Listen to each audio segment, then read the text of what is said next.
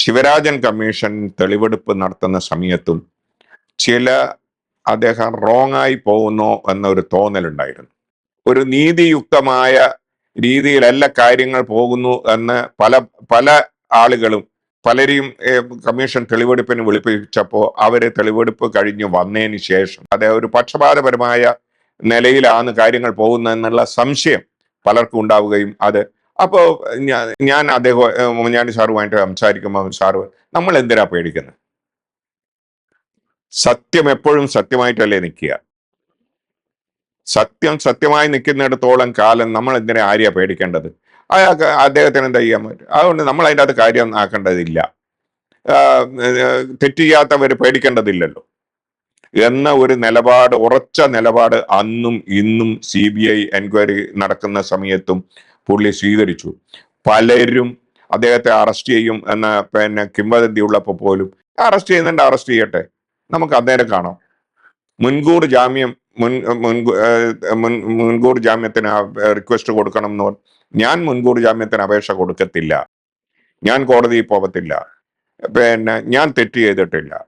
ആ തെറ്റ് ചെയ്യാത്ത ആളെ എങ്ങനെ എന്ത് വെച്ച് ശിക്ഷിക്കും, എന്ത് വെച്ച് ക്രൂശിക്കും എന്ന് ഒരു ഉറച്ച നിലപാട് അദ്ദേഹം സ്വീകരിച്ചു എന്നതാണ് അതിൻ്റെ അകത്ത്.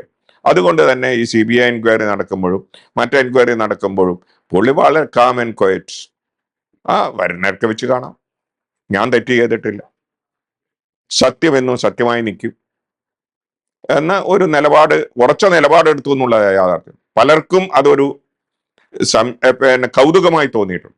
പലരും പുള്ളിയെ ഉപദേശിച്ചു, വക്കീൽ ഉൾപ്പെടെ പറഞ്ഞു, സാറേ മുൻകൂർ ജാമ്യം, അറസ്റ്റ് ചെയ്യുന്നുണ്ട്, ധൈര്യമുള്ളവർ അറസ്റ്റ് ചെയ്യട്ടെ. എന്നോട് പറഞ്ഞു, നമ്മൾ എന്തിനാ പേടിക്കണ്ടേ, അത് അതിന്റെ വഴിക്ക് പോയിക്കോട്ടെ, അവർക്ക് അതിന് എന്ത് ചെയ്യാൻ പറ്റും, ഇല്ലാത്തത് ഉണ്ടാക്കാൻ പറ്റുമോ എന്നാണ്.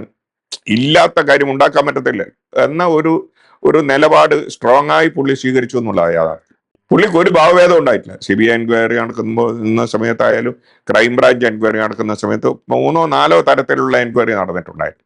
വീട്ടുകാർ എടുക്കുന്ന സ്റ്റേറ്റ്മെന്റ് എടുക്കാൻ വേണ്ടി വരുമ്പോൾ എല്ലാം ഞാൻ വിളിച്ച് സംസാരിക്കൽ, ഇന്ന് ഇത്രാം തീയതി വരുന്നുണ്ട് എന്നൊക്കെ ഞാൻ പറയാറുണ്ട്. അദ്ദേഹത്തിന്റെ സ്റ്റേറ്റ്മെന്റ് എടുക്കാൻ വേണ്ടി പോകുമ്പോൾ ഇങ്ങനെ വരുന്നുണ്ട്. സ്വാഭാവികമായിട്ട് അപ്പൊ ഈ റിപ്പോർട്ട് കിട്ടിയത് പുള്ളി വീട്ടിൽ ചിലപ്പോ സന്തോഷം കൊണ്ട് പറയാനും സാധ്യതയുണ്ട്. ഇനി പറഞ്ഞോ ഇല്ലയോ എന്നുള്ളത് ഞാൻ ചോദിച്ചില്ല, കാരണം ആ സമയത്ത് പുള്ളിക്ക് അസുഖം കൂടി ഉള്ള ഇതായത് കൊണ്ട്. പക്ഷെ എന്നോട് പറഞ്ഞു, ഒരു കാരണവശാലും തൽക്കാലത്തേക്ക് ഇത് ആർക്കും കൊടുക്കേണ്ട, അത് കാരണം ഞങ്ങളുടെ മുമ്പിൽ ഇങ്ങനെ ഒരു അനുഭവം ഉള്ളത് കൊണ്ടാണ്. തനിക്ക് എന്ത് ബുദ്ധിമുട്ട് വന്നാലും താൻ ഒരാളോട് പറഞ്ഞ വാക്ക് പാലിക്കുക എന്നത് അദ്ദേഹത്തിന്റെ ഒരു ക്വാളിറ്റി ആയിട്ടാണ് ഞാൻ കാണുന്നത്. 2004 ഉമ്മൻചാണ്ടി മുഖ്യമന്ത്രി ആയിരിക്കുന്ന സമയത്ത് അന്നത്തെ ക്യാബിനറ്റിൽ നിന്ന് 2 പേരെ, TN ജേക്കബ് സാറിനെയും അതുപോലെ തന്നെ R ബാലകൃഷ്ണപിള്ള സാറിനെയും അദ്ദേഹം ക്യാബിനറ്റിൽ ഉൾപ്പെടുത്തിയില്ല. പലരും ചോദിച്ചു, പത്രക്കാരുൾപ്പെടെ, അതെന്തുകൊണ്ട് ഉൾപ്പെടുത്തിയില്ല എന്ന് അവർക്ക് 2 പേർക്കും അറിയാം.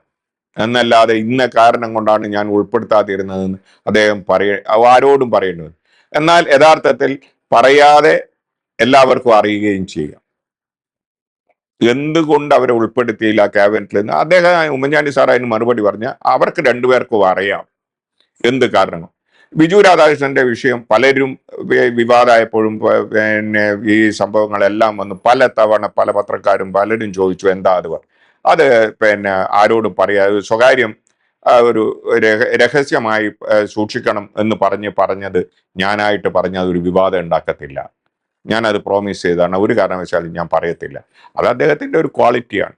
ഗണേഷ് കുമാറിന് പ്രശ്നങ്ങൾ വന്നു, ബാലകൃഷ്ണപിള്ള സാറ് തന്നെ അവനെ മന്ത്രിസ്ഥാനത്ത് നിന്ന് ഒഴിവാക്കണം എന്ന് പറഞ്ഞിട്ടുണ്ടായിരുന്നു. അതേ ആക്കാത്തതിലുള്ള പ്രയാസം അദ്ദേഹത്തിന് ഉണ്ടായിട്ടുണ്ട്.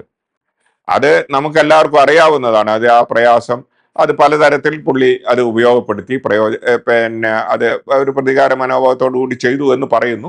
അത് സംബന്ധിച്ച് നിലവിൽ ഇപ്പോൾ ഒരു കേസ് നിലനിൽപ്പുണ്ട് കൊട്ടാരക്കര കോടതിയിൽ, ഒരു കേസ് അപ്പൊ അതിനെ കുറിച്ച് ഞാൻ പറയാൻ ആളല്ല.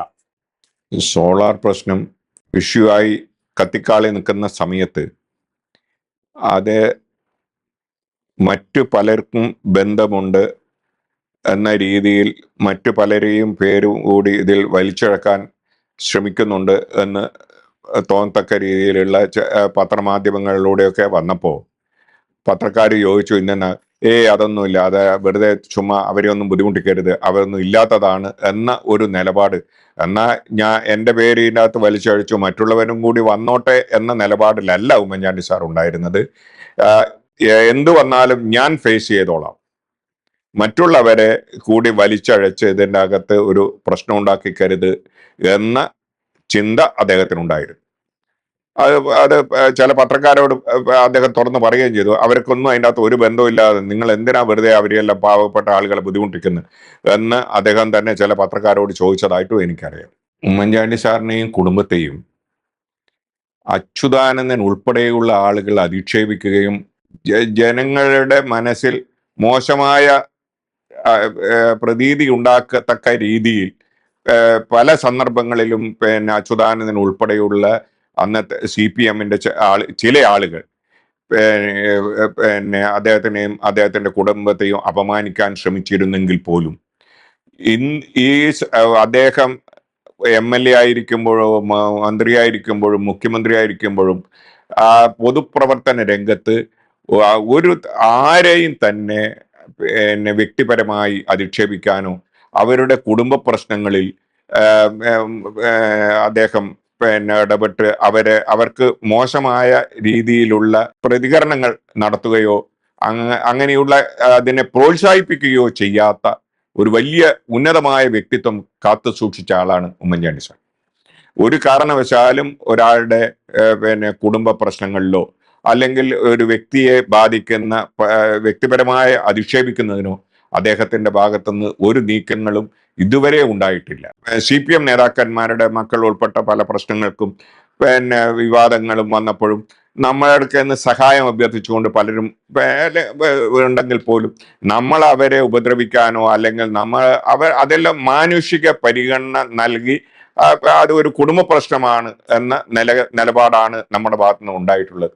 അവരെ ഉപദ്രവിക്കാനോ അവരെ സമൂഹത്തിന്റെ മുന്നിൽ അപമാനിക്കാനോ ഉള്ള ശ്രമം നമ്മുടെ ഈ ഉമ്മൻചാണ്ടി സാറിന്റെ ഭാഗത്തുനിന്ന് ഇന്നുവരെ ഉണ്ടായിട്ടില്ല.